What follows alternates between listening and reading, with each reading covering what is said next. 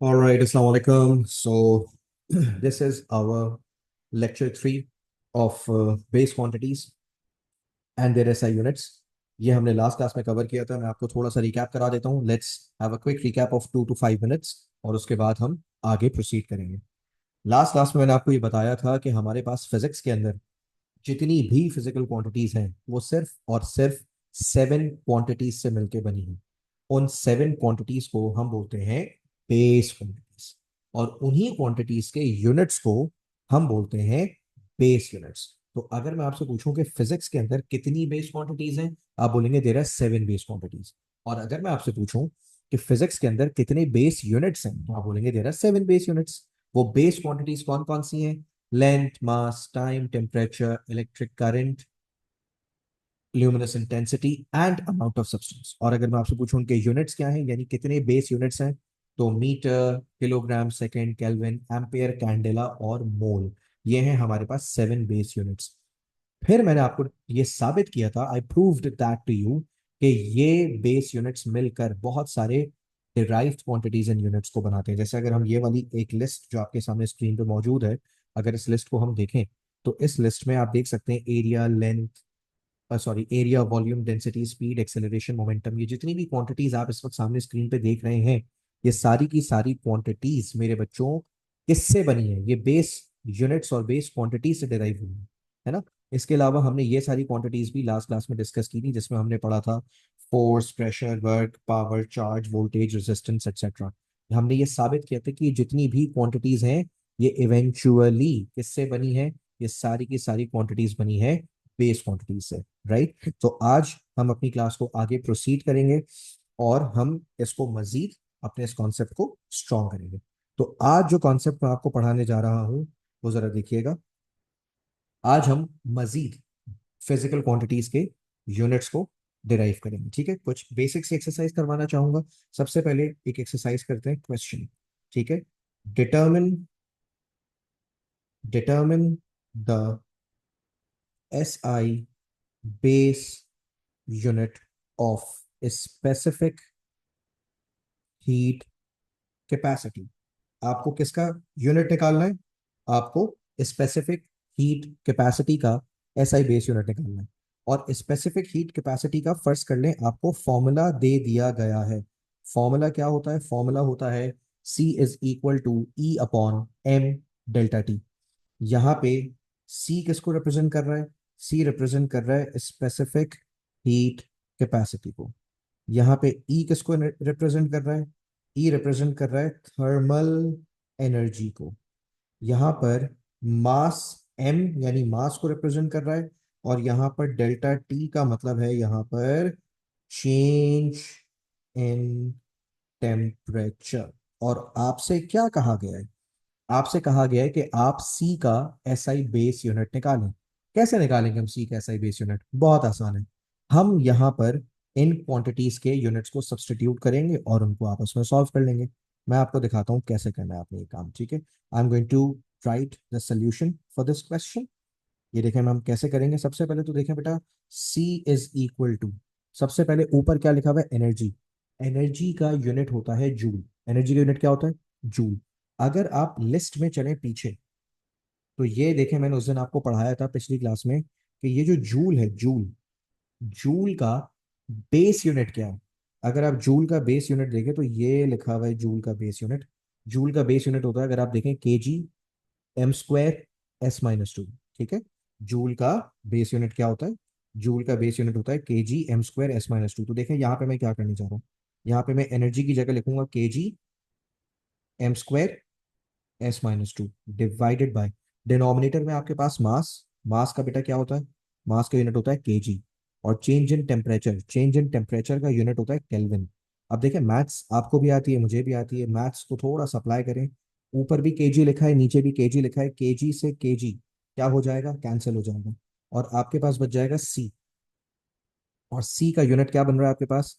देखें, ऊपर आपके पास बच रहा है मीटर स्क्वायर, ऊपर आपके पास बच रहा है सेकंड की पावर -2, और नीचे आपके पास केल्विन बच रहा था। जब ये केल्विन ऊपर जाएगा, आपको भी पता है इस केल्विन की पावर क्या हो जाएगी? इस केल्विन की पावर बन जाएगी -1। तो आपके पास स्पेसिफिक हीट कैपेसिटी का बेस यूनिट क्या बनकर आया, आपके पास बेस यूनिट बनकर आया m²s-2 Kelvin-1। so this is the specific heat capacities SI base unit, right. तो ये जो है ये इसका आंसर है। ये जो रेड कलर से मैंने पूरा सॉल्व करके दिखाया है, ये हमारे सवाल का सोल्यूशन है। उन्होंने हमसे कहा था SI बेस यूनिट निकाल के दिखाएं, हमने निकाल के दिखा दिया। और इस तरह से आपसे पेपर में कई सारी क्वांटिटीज का SI बेस यूनिट निकलवाया जा सकता है। फर्ज करें मैं आपसे कहता हूं कि आप मुझे SI बेस यूनिट निकाल कर दें। मैं एक और क्वांटिटी यहाँ पे लिख कर दे रहा हूँ, ठीक है। Determine the SI base unit, determine the SI base unit of intensity. और मैं आपके सामने इंटेंसिटी का एक फॉर्मूला लिख के दे दूं। Intensity is equal to energy upon time into area, ठीक है। और तो और मैं आपके सामने सारे लेटर्स का मतलब बता दूं। आई का मतलब होता है इंटेंसिटी, टी का मतलब होता है टाइम, ए का मतलब होता है एरिया, और ई का मतलब होता है एनर्जी, ठीक है। वैसे आपको सिर्फ नॉलेज के लिए बता रहा हूँ, ये वेव इंटेंसिटी का फॉर्मूला होता है। अब आपको तो यूनिट निकालना है। यूनिट कैसे निकालेंगे आप? यूनिट निकालने के लिए आप देखें क्या करेंगे। I is equal to, numerator में क्या लिखा हुआ है? न्यूमरेटर में लिखा हुआ है एनर्जी, और मैंने अभी अभी बताया एनर्जी का यूनिट होता है kg m²s-2। ये चाहे तो आप ऊपर जाके लिस्ट में देख सकते हैं। अच्छा, फिर आ जाइए नीचे। नीचे क्या लिखा हुआ है? टाइम। टाइम का यूनिट मुझे भी पता है, आपको भी पता है। टाइम का यूनिट होता है सेकंड। और ए का मतलब है एरिया। एरिया का यूनिट होता है मीटर स्क्वायर। अगर मैं इसको सॉल्व करूं तो देखिए यहाँ पे कुछ चीजें कैंसिल हो रही हैं। क्या कैंसिल हो रहा है बेटा? यहाँ पर आपके पास मीटर स्क्वायर से मीटर स्क्वायर कैंसिल हो गई। तो आपके पास बचा क्या? आपके पास ऊपर बच गया केजी, ऊपर एस की पावर -2 बच रहा था, और नीचे से जब एस ऊपर जाएगा तो उसकी पावर -1 हो जाएगी। तो -2 -1, एस की पावर बन जाएगी -3। तो बेटा ये आपके पास इंटेंसिटी का एस आई बेस यूनिट आ गया। तो ये जो रेड कलर से पूरा जवाब लिखा है, ये इस सवाल का सोल्यूशन है, राइट। इस तरह से आपसे कई सारी क्वांटिटीज के यूनिट्स निकलवाए जा सकते हैं। एक सवाल और करवा रहा हूं, पास्ट पेपर के स्टाइल का क्वेश्चन है, देखिएगा। Determine the SI base unit of constant C in the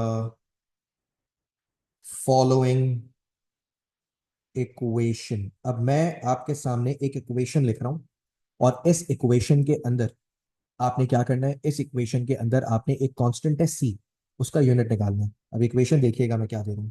the equation is m/t is equal to C under root pressure into density. अब ये मैंने आपको एक फॉर्मूला दे दिया। अब इस फॉर्मूला में मैं आपको सारी चीजें बता दूं, देखिएगा। इसमें m stands for mass, t stands for time, p stands for pressure, rho stands for density, और यहाँ पे c is basically a constant. और आपको इस कांस्टेंट का क्या निकालना है? आपको इस कांस्टेंट का एस आई बेस यूनिट निकालना है। कैसे निकाल सकते हैं इस कांस्टेंट का एस आई बेस यूनिट? ठीक है। अब देखिए मैं आपको तरीका बता रहा हूं, बहुत इत्मीनान से, बहुत रिलैक्स होकर क्वेश्चन करेंगे। मुझे सी का यूनिट निकालना है, I want to find the unit of C. देखिए मैं क्या करूंगा, सबसे पहले तो देखिए मास। मास का यूनिट होता है केजी। मास के नीचे क्या लिखा हुआ है इक्वेशन में? देखें, मास के नीचे लिखा हुआ है टाइम। टाइम का यूनिट होता है सेकंड्स, इज इक्वल टू सी का यूनिट तो मुझे पता ही नहीं है, तो सी की जगह आप सी छोड़ दें। अब आगे लिखा हुआ है अंडर रूट। अंडर रूट का मतलब होता है पावर हाफ। अंडर रूट का मतलब क्या होता है? अंडर रूट का मतलब होता है पावर हाफ, राइट। थोड़ी सी जगह बनाते हैं, क्योंकि अंदर, अंडर रूट के अंदर क्या क्या आएगा जल्दी से बताओ। What is going to be there inside the under root? Under root के अंदर है प्रेशर। प्रेशर होता है kg m-1 s-2। और डेंसिटी, डेंसिटी होता है kg m-3। हो सकता है आप सोच रहे हो कि सर आपने ये प्रेशर का यूनिट और ये डेंसिटी का यूनिट कहाँ से देख के लिख लिया। तो बेटा आप 1 मिनट के लिए लिस्ट में ऊपर चलें, ये देखें। ऊपर अगर आप लिस्ट में वापस जाएंगे, जो हमारी पिछली क्लास में लेक्चर 2 में जो हमारी लिस्ट थी, अगर आप नोट करें, ये देखिए प्रेशर का बेस यूनिट मैंने आपको उस क्लास में निकलवाया था। प्रेशर का बेस यूनिट होता है kg m-1 s-2। और सिर्फ प्रेशर का ही नहीं निकलवाया था, अगर आप एक लिस्ट और ऊपर जाएंगे तो आपको दिखाई देगा, ये देखिए मैंने आपको डेंसिटी का भी यूनिट, सॉरी, मैंने आपको डेंसिटी का भी यूनिट निकलवाया था। डेंसिटी का यूनिट होता है kg m-3, राइट। तो अब आपने क्या करना है, अब आपने यहाँ पर यूनिट्स की वैल्यूज को सब्सटीट्यूट करना है। ठीक है, ये देखिए प्रेशर की जगह मैंने क्या सब्सटीट्यूट किया, kg m-1 s-2। और डेंसिटी की जगह क्या सब्सटीट्यूट किया, डेंसिटी की जगह सब्सटीट्यूट कर दिया kg m-3। ये बात समझ आ गई। अब हम इस सवाल को आगे सॉल्व करना शुरू करते हैं। Let's start solving the questions. kg upon second as it is आ गया, या मैं ये भी कर सकता था कि मैं इस सेकंड को ऊपर भेज दूं, तो ये kg s-1 बन जाएगा लेफ्ट हैंड साइड पे। अच्छा, अब राइट हैंड साइड पे क्या बच रहा है मेरे पास, राइट हैंड साइड पे मेरे पास बच रहा है c। पहले अंदर हम ब्रैकेट को सॉल्व कर लेते हैं। अगर हम ब्रैकेट के अंदर देखें क्या क्या है, ब्रैकेट के अंदर दो केजीज हैं, तो ये बन जाएगा kg²। अच्छा, ब्रैकेट के अंदर है m-1 और m-3, तो m-1 और m-3 मिलकर क्या बन जाएगा, देखें m-1 मल्टीप्लाइड बाय m-3, आपको भी पता है ये बन जाएगा m-4, क्योंकि -1 -3 कितना होता है, -4 होता है, तो m-4 लिख लीजिए। अच्छा, फिर s-2 भी बच रहा है, तो s-2 भी लिख लीजिए। ये आपके अंदर ब्रैकेट के अंदर वाली सारी चीजें जमा हो गई। अब आपने क्या करना है, अब आपने यहां पर थोड़ा सा सोल्यूशन मजीद आगे बढ़ाना है। आप अंडर रूट को ओपन कर दें। जब आप अंडर रूट को ओपन कर देंगे ना बेटा, देखें पावर हाफ है, पावर हाफ सब पे आ जाए, देखिए kg², स्क्वायर के ऊपर जब आप पावर हाफ करेंगे ना, तो आपके पास सिर्फ क्या बच जाएगा, बोले kg2 है, उसको हाफ कर दें तो kg रह जाएगा। m-4 है, उसको भी हाफ कर दें, वो m-2 रह जाएगा। और आपके पास क्या है, s-2 है, s-2 को भी आप हाफ कर दें, क्या रह जाएगा, s-1 रह जाएगा। अभी भी आंसर नहीं आया मेरे पास। आंसर कैसे आएगा, आंसर लाने के लिए तो मुझे c को सब्जेक्ट बनाना पड़ेगा। अब c के अलावा जो कुछ भी यहाँ लिखा है, जाहिर है यहाँ पे मल्टीप्लाई हो रहा है, वहां जाके क्या हो जाएगा, वहां जाके वो सब कुछ डिवाइड हो जाएगा। तो जब आप वहां पे भेज के सब कुछ डिवाइड कर देंगे, तो आपके पास इस तरफ आ जाएगा kg m-2 s-1। अब जरा देखें, kg से kg कैंसिल हो गया, ठीक है, ऊपर s-1, नीचे भी s-1 कैंसिल हो गया। अब यहाँ तो बच गया c, यहाँ क्या बच रहा है पता है, यहाँ बच रहा है 1 और नीचे बच रहा है m-2। जब ये m-2 ऊपर जाएगा तो c का फाइनल आंसर क्या आ जाएगा, c का फाइनल आंसर आ जाएगा मीटर स्क्वायर। तो ये आपने क्या कर लिया, ये आपने c का एसआई बेस यूनिट निकाल दिया। अगर आप शुरू से सवाल पढ़े, सवाल में हमसे एग्जैक्टली मांगा क्या था, सवाल में हमसे यही तो मांगा था। उसने कहा था determine the SI base unit of c, और सी का उसने हमें एक इक्वेशन दे दी, हमने सी का यूनिट निकाल दिया।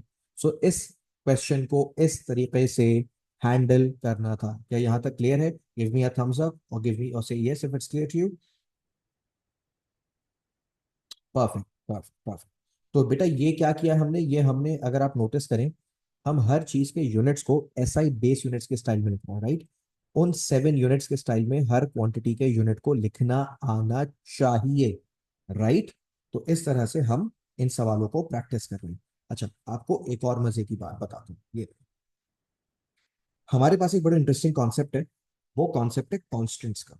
ठीक है, अब मैं एक छोटा सा एक न्यू कॉन्सेप्ट पढ़ाने जा रहा हूँ, कॉन्स्टेंट्स। आपको पता है फिजिक्स के अंदर ना, फिजिक्स के अंदर दो तरह के कांस्टेंट होते हैं। कितनी तरह के कांस्टेंट होते हैं फिजिक्स के अंदर, दो तरह के कांस्टेंट होते हैं, लाइक टू। ठीक है, अब वो दो तरह के कांस्टेंट्स कौन से होते हैं, जरा गौर से सुनिए, ठीक है, इंटरेस्टिंग होने जा रहा है। फिजिक्स में एक कांस्टेंट्स ऐसे होते हैं जिनको हम कहते हैं कांस्टेंट्स विद यूनिट्स। क्या कहते हैं, कांस्टेंट्स विद यूनिट्स। और फिजिक्स में ऐसे भी कांस्टेंट होते हैं जिनको हम कहते हैं कांस्टेंट्स विदाउट यूनिट्स। अब आप पूछेंगे सर एग्जांपल दीजिए, वो कौन से कांस्टेंट होते हैं जो विद यूनिट्स होते हैं, और जो कौन से कांस्टेंट होते हैं वो विदाउट यूनिट्स होते हैं। तो अभी आपको एग्जांपल दिए देते हैं। ये देखें, आपने ओ लेवल में, ओ लेवल की फिजिक्स में आपने एक फॉर्मूला पढ़ा था फॉर्मूला था F इज इक्वल टू के एक्स। इसमें F का मतलब होता था फोर्स, X का मतलब होता था एक्सटेंशन, और K का मतलब होता था स्प्रिंग कांस्टेंट। तो K क्या था बेटा? K एक स्प्रिंग कांस्टेंट था। अच्छा, अब एक काम करो, K को जरा सब्जेक्ट बनाओ। K को जब आप सब्जेक्ट बनाओगे, ये बन जाएगा K is equal to F upon x. क्या बन जाएगा? K is equal to F upon x. सही है। अब देखो, इंटरेस्टिंग होने जा रहा है, पे गुड अटेंशन। तुम मुझे K का यूनिट बताओ। K का क्या बताओ? SI बेस यूनिट बताओ। अब कैसे निकलता है K का SI बेस यूनिट? अभी आपको सिखाता हूँ। ये देखो, फोर्स का होता है kg/-2। अब आप सोच रहे होंगे सर, फोर्स का तो न्यूटन होता था। अरे भाई, फोर्स का न्यूटन जो है ना, न्यूटन वो एसआई यूनिट है। मैं एसआई यूनिट नहीं बोल रहा, मैं एसआई बेस यूनिट बोल रहा हूँ। अगर आप 1 मिनट के लिए लिस्ट में ऊपर चलें, वो जो मैंने लेक्चर 2 में आपको पढ़ाई थी, ये रही वो लिस्ट। जरा ये देखिएगा, ये क्या लिखा हुआ है? बताइए, ये क्या लिखा हुआ है? ये फोर्स लिखा हुआ है। और फोर्स का एस आई बेस यूनिट क्या है? एसआई यूनिट तो न्यूटन है, दिख रहा है। एसआई बेस यूनिट बताइए। फोर्स का एस आई बेस यूनिट होता है kg/-2, क्योंकि मास का kg और एक्सेलरेशन का ms-2। तो मैंने वहां पे क्या चालाकी की, मैंने वहां पे फोर्स का यूनिट रखा kg/-2, है ना भाई? और नीचे क्या लिखा हुआ है भाई? नीचे लिखा हुआ है एक्सटेंशन। एक्सटेंशन एक तरह की लेंथ होती है, और लेंथ का यूनिट क्या होता है आपको भी पता है, मुझे भी पता है, लेंथ का यूनिट मीटर होता है। तो एक्सटेंशन की जगह मीटर लिख दें। अब जब आप इसको सॉल्व करेंगे, देखें, मीटर से मीटर क्या हो गया? मीटर से मीटर कैंसिल हो गया। और अब आपके पास के का यूनिट क्या बचा? के का यूनिट बच गया आपके पास kg/-2। तो अगर मैं आपसे पूछूं स्प्रिंग कांस्टेंट का, स्प्रिंग कांस्टेंट का यूनिट बताइए, तो आप बोलेंगे kg/-2। इसका मतलब स्प्रिंग कांस्टेंट एक ऐसा कांस्टेंट है जिसका यूनिट होता है। फिर से सुने, स्प्रिंग कांस्टेंट एक ऐसा कांस्टेंट है जिसका यूनिट, बोलो, होता है। क्या होता है? kgs-2। ठीक है, ऑलराइट। अब आ जाए बराबर में। एक और एग्जांपल देने लगा हूं आपको, बड़े मजे की एग्जांपल। वो एग्जांपल जरा सुनिएगा। ये देखिए, मैं यहाँ पे क्या लिख रहा हूँ, मैं यहाँ पे लिख रहा हूँ एक फॉर्मूला, बड़ा ही मशहूर फॉर्मूला है, A is equal to pi r square. अच्छा, ये फॉर्मूला आप में से किसी के लिए भी नया नहीं है। ए का मतलब होता है एरिया। क्या मतलब होता है ए का? एरिया। आर का मतलब होता है रेडियस। और पाई इज अ कांस्टेंट। ये जो मैंने आपके सामने स्क्रीन पे फॉर्मूला लिखा है, A is equal to pi r square, ये असल में सर्कल के एरिया का फॉर्मूला। तो सर आप इसमें क्या पढ़ाने वाले हैं? अभी बता रहा हूँ, एक बड़ी इंटरेस्टिंग चीज बताता हूँ। हमने इस एंगल से कभी नोट ही नहीं किया होता इस फॉर्मूला को। इस फॉर्मूला में आप एक काम करें, पाई को सब्जेक्ट बनाएं। पाई को सब्जेक्ट बनाएं। तो जब आप पाई को सब्जेक्ट बनाएंगे, फॉर्मूला बन जाएगा pi is equal to A upon r square, है ना? आपको पता है पाई यहाँ पे कांस्टेंट है। क्या है पाई यहाँ पर? पाई यहाँ पर एक कांस्टेंट है। अब आप मुझे इस कांस्टेंट का यूनिट निकाल के दें। सर यूनिट कैसे निकलेगा पाई का? अभी बता देते हैं आपको। देखें, एरिया का यूनिट होता है मीटर स्क्वायर, और नीचे लिखा हुआ है आर स्क्वायर। आर क्या था भाई? आर मीटर था ना, मीटर। रेडियस मीटर में मेजर होता है। तो रेडियस का स्क्वायर, तो नीचे लिख देंगे मीटर स्क्वायर। अच्छा, ऊपर भी मीटर स्क्वायर आ गया, नीचे भी मीटर स्क्वायर आ गया। ऊपर मीटर स्क्वायर क्यों आया? क्योंकि एरिया का यूनिट मीटर स्क्वायर होता है। नीचे मीटर स्क्वायर क्यों आया? क्योंकि रेडियस का यूनिट होता है मीटर, लेकिन उसके ऊपर अगर स्क्वायर लगा दें तो मीटर स्क्वायर। अब मीटर स्क्वायर से मीटर स्क्वायर कट गया और बचा वन। वन का मतलब है, वन बचने का मतलब है नो यूनिट। तो इसका मतलब पाई एक ऐसा कांस्टेंट है जिसका यूनिट नहीं होता। तो भाई इस पूरे डिस्कशन से हमने सीखा क्या, ये बताओ। हमने ये सीखा कि फिजिक्स में होते हैं दो तरह के कांस्टेंट। कितनी तरह के कांस्टेंट होते हैं फिजिक्स में? दो तरह के कांस्टेंट। एक ऐसे कांस्टेंट्स होते हैं जिनका यूनिट होता है, जैसे के की एग्जांपल दी मैंने आपको, स्प्रिंग कांस्टेंट। क्या होता है स्प्रिंग कांस्टेंट का यूनिट? स्प्रिंग कांस्टेंट का यूनिट होता है kgs-2। क्या होता है? kgs-2। और ऐसे भी कांस्टेंट्स होते हैं जिनका कोई यूनिट नहीं होता, जैसे पाई।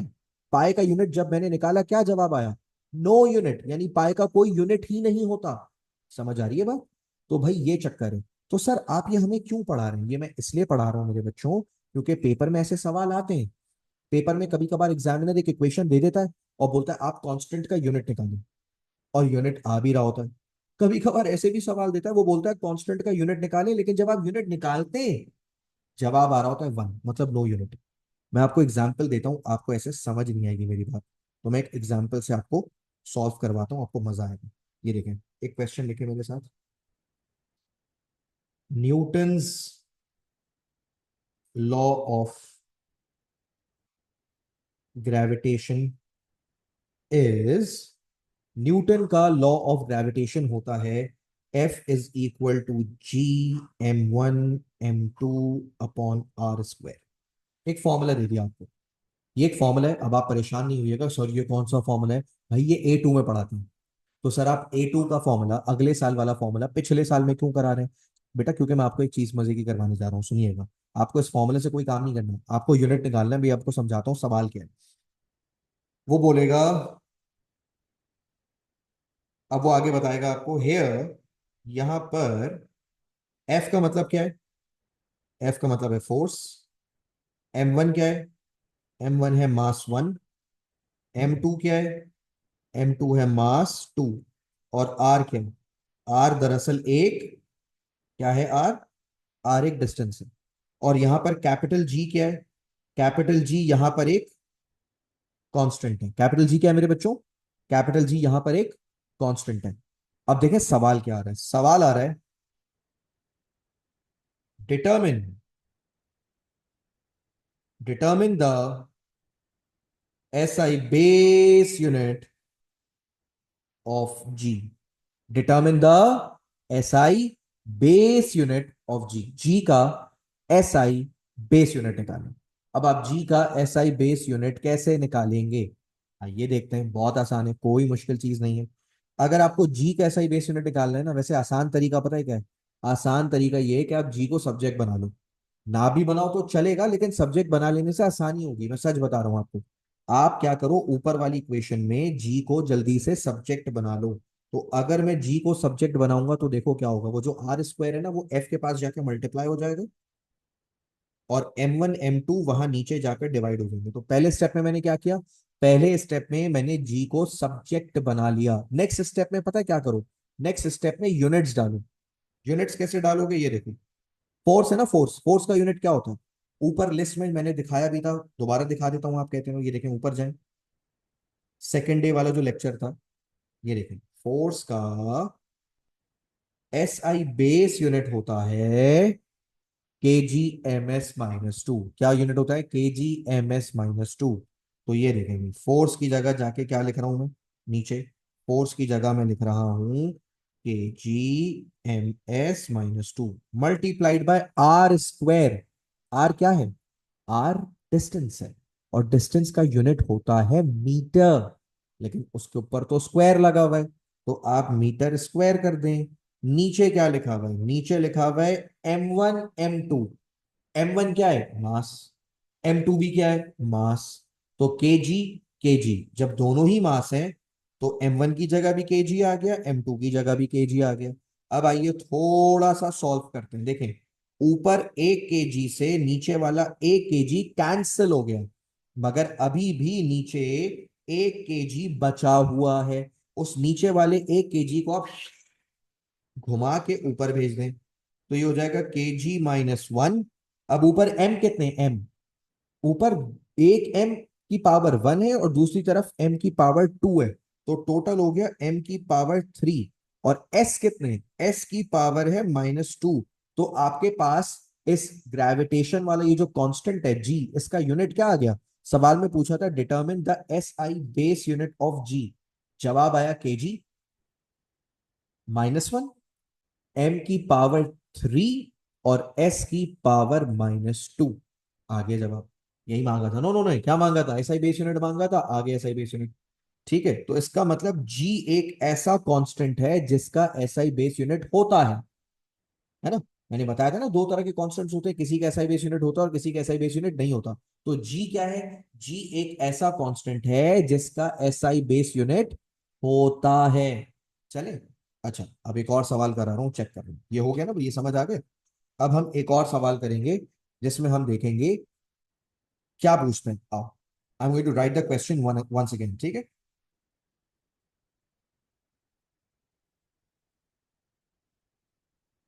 Speed of sound in air is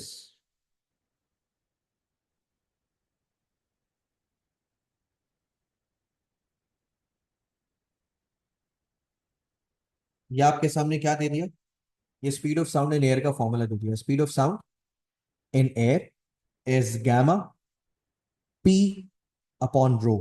क्या है बेटा, गैमा पी अपॉन रो। अब यहां पर आपको बता रहे हैं कि कौन कौन से लेटर्स क्या क्या रिप्रेजेंट कर रहे हैं। वी यहां पर किसको रिप्रेजेंट कर रहा है, वी यहां पे स्पीड को रिप्रेजेंट कर रहा है।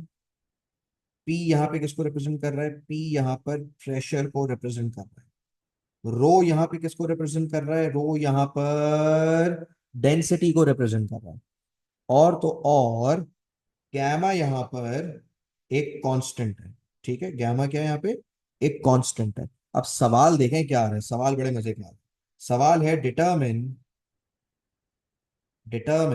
The SI base unit of gamma. आप गैमा का SI बेस यूनिट निकालें। ठीक है, गैमा क्या है, गैमा एक कांस्टेंट है। अब सवाल ये है कि सर गैमा का बेस यूनिट कैसे निकालें, कैसे निकलेगा। सोचो क्या करेंगे। देख ऊपर क्या किया था हमने, ऊपर हमने जी को सब्जेक्ट बनाया था, तो यहां पर भी हम क्या करेंगे, यहां पर भी हम गैमा को सब्जेक्ट बनाएंगे। क्या करेंगे बेटा, गैमा को यहां पर हम सब्जेक्ट बनाएंगे। कैसे बनाएंगे गैमा को सब्जेक्ट, आइए इस चीज को समझते हैं।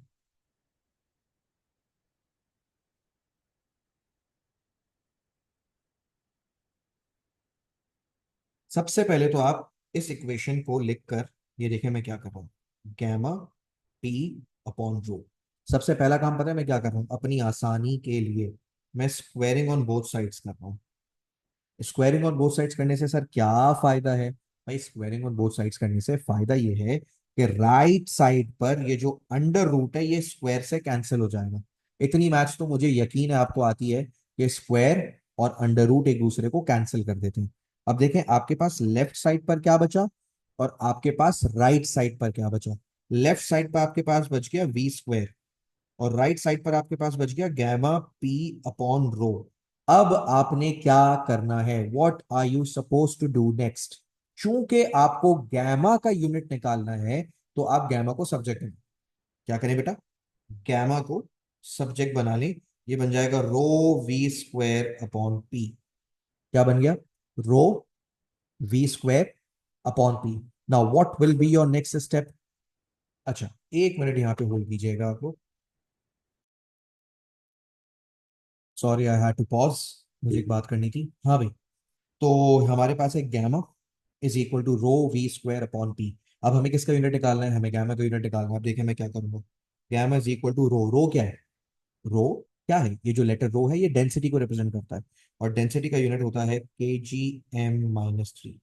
ठीक है, डेंसिटी का क्या यूनिट होता है मेरे बच्चों, डेंसिटी का यूनिट होता है kgm-3। अच्छा, उसके बाद स्पीड, स्पीड का यूनिट होता है मीटर पर सेकेंड ms-1।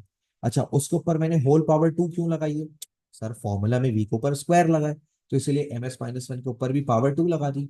नीचे क्या है, नीचे डिनोमिनेटर में, डिनोमिनेटर में लिखा है प्रेशर और प्रेशर का होता है kgm-1 s-2। अब हमने क्या किया, सारी चीजों के यूनिट वगैरह रख दिए। Now my next step should be that I should cancel the units which are being cancelled और फिर मैं सिंपलीफाई करके आंसर निकाल लूं। देखो सबसे पहले तो बेटा आसानी करते हैं, केजी से केजी को उड़ा देते हैं, कैंसिल कर दिया। अब आपके पास क्या बचा, आपके पास ऊपर बच गया m-3। ये जो स्क्वायर वाला ब्रैकेट है इसको खोल दो, ये हो जाएगा m2s-2 और नीचे बच रहा है आपके पास m-1 और s-2। अब हमारा अगला स्टेप क्या होगा, मुझे एक बड़ी मजे की चीज दिख रही है, ये देखो ऊपर भी s-2 है नीचे भी s-2 है, कैंसिल हो गया। अब आपके पास क्या बचा, आपके पास एक तरफ बच गया, ऊपर देखो न्यूमरेटर में क्या लिखा हुआ है, m-3 और 2। -3 और 2 कितना होता है, ये देखो m-3 मल्टीप्लाइड बाई m2। देखो m एक बार लिख लो, -3 + 2 कितना होता है बताओ, -3 + 2 सबको पता है -1 होता है। तो ऊपर बच गया -1 और नीचे क्या बच रहा था, नीचे नीचे भी बच रहा है -1। अब ऊपर भी -1 नीचे भी -1, खुद ही बता दो क्या जवाब आया। इतनी मैथ्स तो तुम्हें भी आती है कि जब -1 दोनों ऊपर और नीचे सेम चीज है तो ये एक दूसरे को कैंसिल कर देंगी और तुम्हारे पास फाइनल आंसर आ जाएगा 1। और अगर 1 जवाब आ जाए इसका मतलब होता है नो यूनिट। तो इसका मतलब ये हुआ इस फॉर्मूला के अंदर ये जो गैमा है, गैमा, गैमा एक ऐसा कांस्टेंट है जिसका कोई यूनिट ही नहीं होता। बात समझ आ रही है? गैमा क्या है? गैमा एक ऐसा कांस्टेंट है जिसका, बोलो, जिसका यूनिट ही नहीं होता। क्लियर हो गया? इस तरह से सवाल को करना था। तो देखो ऊपर जो मैंने तुम्हें अभी अभी एक बात बताई थी कि फिजिक्स में दो तरह के कांस्टेंट्स होते हैं, constants with units and constants without units. तो वो यही था। जैसे हमने पहला जो सवाल करवाया जी वाला, जी एक ऐसा कांस्टेंट था जिसका यूनिट जब हमने निकाला तो यूनिट आया ना। क्या आया यूनिट? kg-1 m3s-2। लेकिन उसी जगह जब मैंने एक और सवाल करवाया और इस सवाल के अंदर जब मैंने गैमा का यूनिट निकलवाया, तो गैमा का यूनिट क्या आ रहा है? गैमा का यूनिट आ रहा है 1, मतलब नो यूनिट। तो उसका मतलब फिजिक्स में दोनों तरह के कांस्टेंट्स मुमकिन है। ऐसे भी कांस्टेंट्स मुमकिन है जिनका यूनिट होता है, और ऐसे भी कांस्टेंट्स मुमकिन है जिनका यूनिट नहीं होता। क्लियर हो गई ये बात? आई होप ये आपको अब समझ आ गई होगी। अब हम क्या करने जा रहे हैं? अब हम बड़ा मजे का कॉन्सेप्ट करने जा रहे हैं, जरा गौर से सुनना। जो इस चैप्टर में अगला कॉन्सेप्ट है, उस अगले कॉन्सेप्ट का नाम है होमोजेनस इक्वेशन। होमोजेनस इक्वेशन क्या होती है सर? ये what is an homogeneous, what is a homogeneous equation? आप लिखेंगे एन इक्वेशन इज होमोजेनस। पहले इसकी डेफिनेशन लिखवा देता हूं, फिर मैं इसका मतलब बताता हूं, ठीक है? An equation is homogeneous if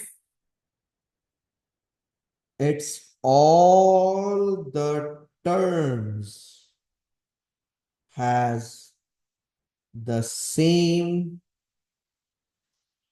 SI units।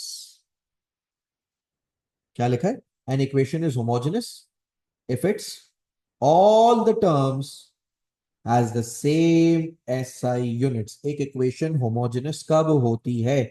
जब उस इक्वेशन की सारी टर्म्स का यूनिट सेम हो। सर क्या मतलब है इसका? अभी बताता हूं। कोई टेंशन लेने की जरूरत नहीं है। सबसे पहले तो मैं आपके सामने एक इक्वेशन लिखता हूं, ठीक है? ये देखिए मैं आपके सामने एक इक्वेशन लिख रहा हूँ। पहली एक्सरसाइज कराने जा रहे हैं आपको, ठीक है? इक्वेशन है S is equal to U T plus half A T square. ये इतनी फेमस इक्वेशन है। आगे जाके आप एक चैप्टर पढ़ेंगे काइनेमैटिक्स, आपको रट्टा लग जाएगी। ये फिजिक्स टीचर्स जब भी होमोजेनिटी पढ़ाते हैं इस इक्वेशन को जरूर डिस्कस करते हैं। अब ये क्या है इस इक्वेशन में? पहले तो मैं आपको इन लेटर्स का मतलब बता दूं। इन लेटर्स का मतलब सुने। एस का मतलब है डिस्प्लेसमेंट, यू का मतलब है इनिशियल वेलोसिटी। अब इनिशियल वेलोसिटी बोले बस वेलोसिटी यानी ms-1। ए का मतलब आप समझ गए होंगे, एक्सेलरेशन। और इस इक्वेशन में टी का मतलब क्या है? टाइम। अब हमने क्या चेक करना है? हमने ये चेक करना है कि ये इक्वेशन होमोजेनस है या नहीं है। ठीक है?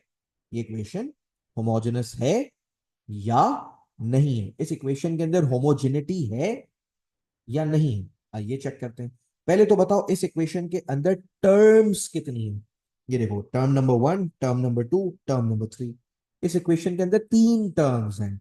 According to the definition of homogeneity, homogeneous equation की डेफिनेशन के मुताबिक इन तीनों टर्म्स का यूनिट सेम आना चाहिए। आइए एक एक करके चेक करते हैं। एस, एस क्या है बेटा? अभी अभी बताया, देखो स्क्रीन पे। एस का मतलब क्या है? एस का मतलब है सर डिस्प्लेसमेंट, और डिस्प्लेसमेंट का यूनिट होता है मीटर।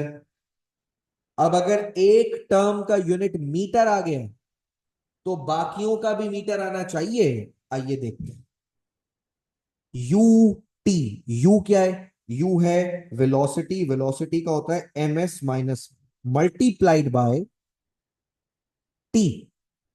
टी का होता है एस, यानी सेकंड। अब खुद बताओ, एक तरफ है एस की पावर -1 और एक की पावर है एस, मतलब एस की पावर 1। तो -1 1 कैंसिल हो गया, है ना? एस की पावर 0 यानी 1 बच गया। मतलब बेटा इजी कर देता हूँ, इतनी मैथ्स तो आती है ना, S-1 और S कैंसिल हो गया, तुम्हारे पास सिर्फ M बच गया। तो देखो पहली टर्म का यूनिट भी M था, दूसरी टर्म का यूनिट भी M आ रहा है। आइए चेक करते हैं तीसरी टर्म को। तीसरी टर्म में देखो भाई हाफ है ना, हाफ 1/2, ये जो 1/2 लिखा है, नंबर्स का कोई यूनिट नहीं होता, तो 1/2 को तो इग्नोर कर दो। अब आ जाओ आगे। ए, ए क्या है भाई? ए होता है एक्सेलरेशन, और एक्सेलरेशन का यूनिट होता है MS-2। और टी स्क्वायर, टी क्या है मेरे बच्चों? टी है टाइम, टाइम का होता है सेकंड। तो सर आपने सेकंड के ऊपर स्क्वायर क्यों लगाया? अरे भाई फॉर्मूला में टी के ऊपर स्क्वायर लगाए तो जाहिर है मैं एस के ऊपर भी स्क्वायर लगाऊंगा।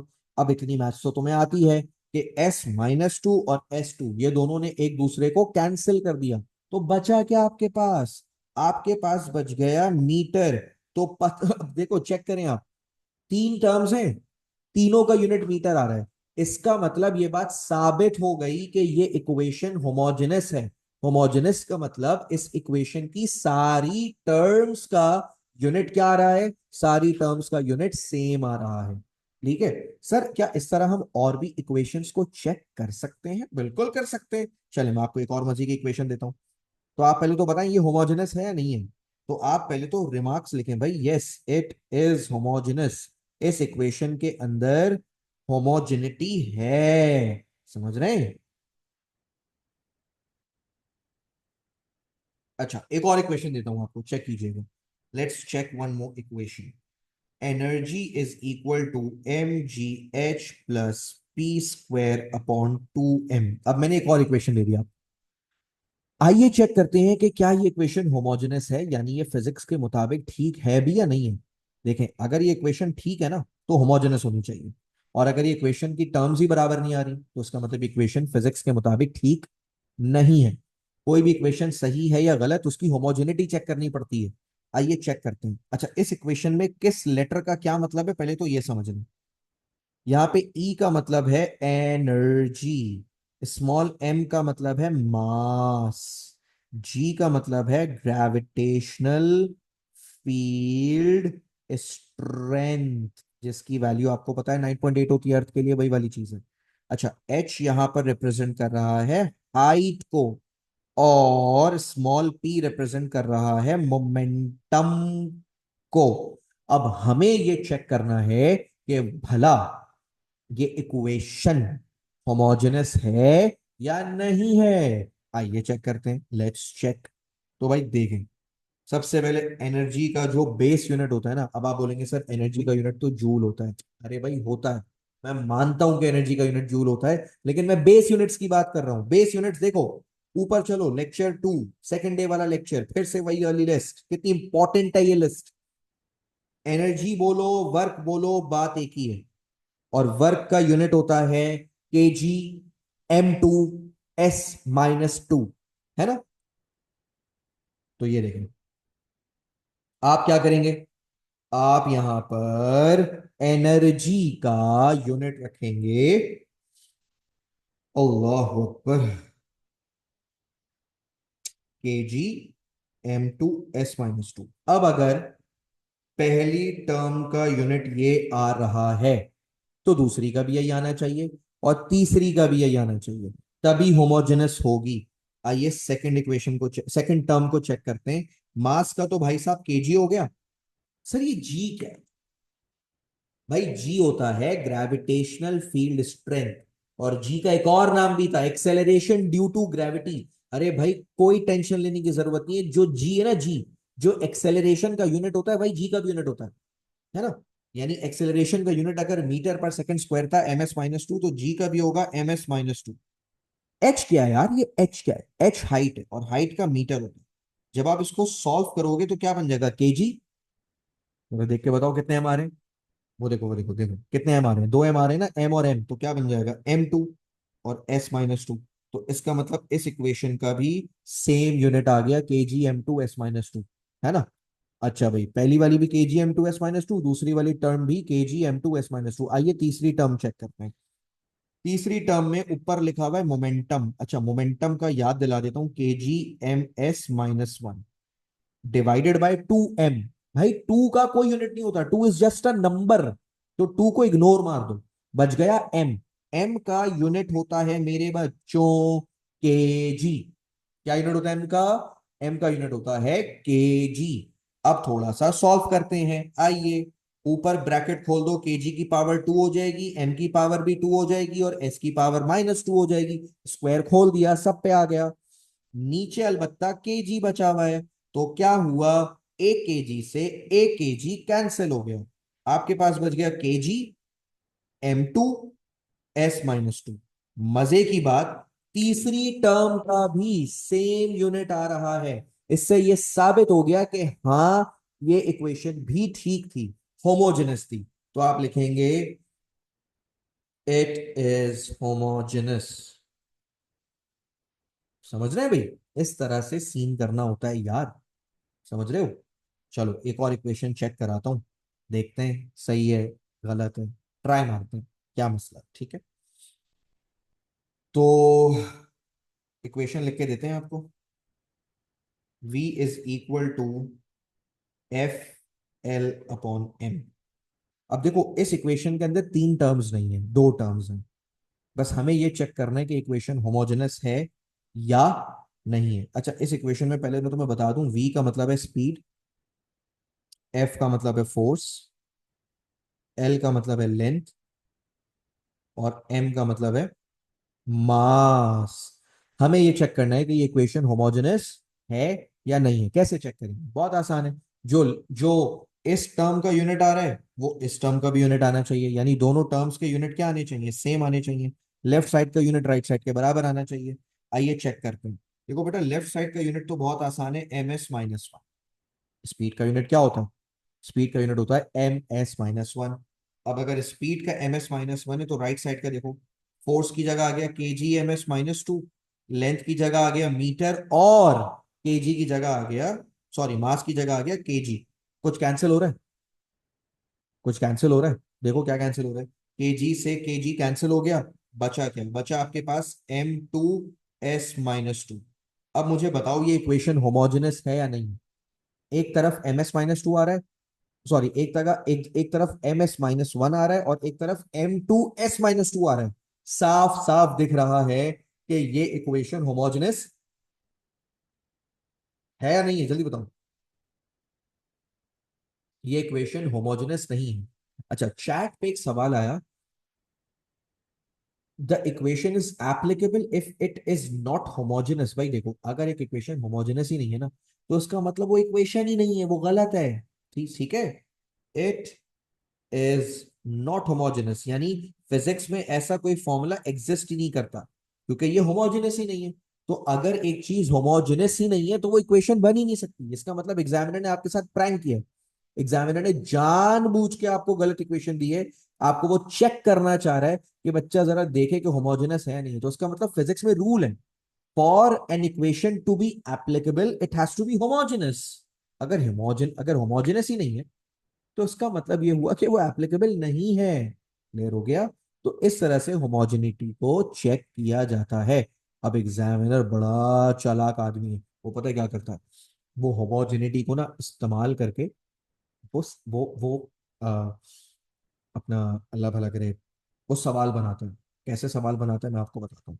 एक सवाल बड़ा जबरदस्त है, चेक कीजिएगा। सवाल आ रहा है बड़ी जोर से। एक फॉर्मूला लिखते हैं। देखो मैं क्वेश्चन लिख रहा हूँ, ठीक है? Find the value of x. Find the value of x. अब सवाल देखिएगा, सवाल क्या? इन इक्वेशन, अब उसने एक इक्वेशन दे दी, एग्जामिनर ने आपको एक इक्वेशन दे दी, mv की power x is equal to F r। अब एग्जामिनर ने आपको एक इक्वेशन दे दी, mv की power x is equal to F r। ठीक है? अब यहां पे m क्या है? मास। v क्या है? स्पीड। f क्या है? फोर्स। और r क्या है? r है रेडियस। एक एक एक फॉर्मूला है। अब वो कह रहा है इसमें x निकालनी। अब यहां पर बच्चा सवाल करता है, सर हमें कैसे पता चलेगा कि ये इक्वेशन एग्जामिनर ने ठीक दी भी है या नहीं? भाई अगर एग्जामिनर खुद से नहीं बोल रहा कि गलत है, तो आपने बाय डिफॉल्ट यही अज्यूम करना है कि ठीक ही होगी, होमोजेनस है। ठीक है, ये एक होमोजेनस इक्वेशन है, ये अज्यूम करना है आपने। अब आपने क्या निकालना है? आपने एक्स निकालना है। एक्स कैसे निकालना है सर? हमें क्या पता है वी की पावर क्या है?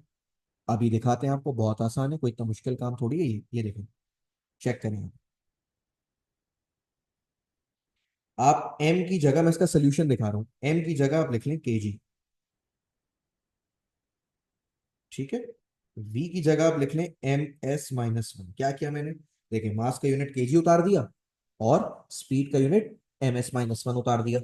अच्छा, अब आगे क्या करना है हमने? आगे देखें, इज इक्वल टू, फोर्स का यूनिट लिख दें के जी ms-2, और डिस्टेंस का यूनिट लिख दें मीटर।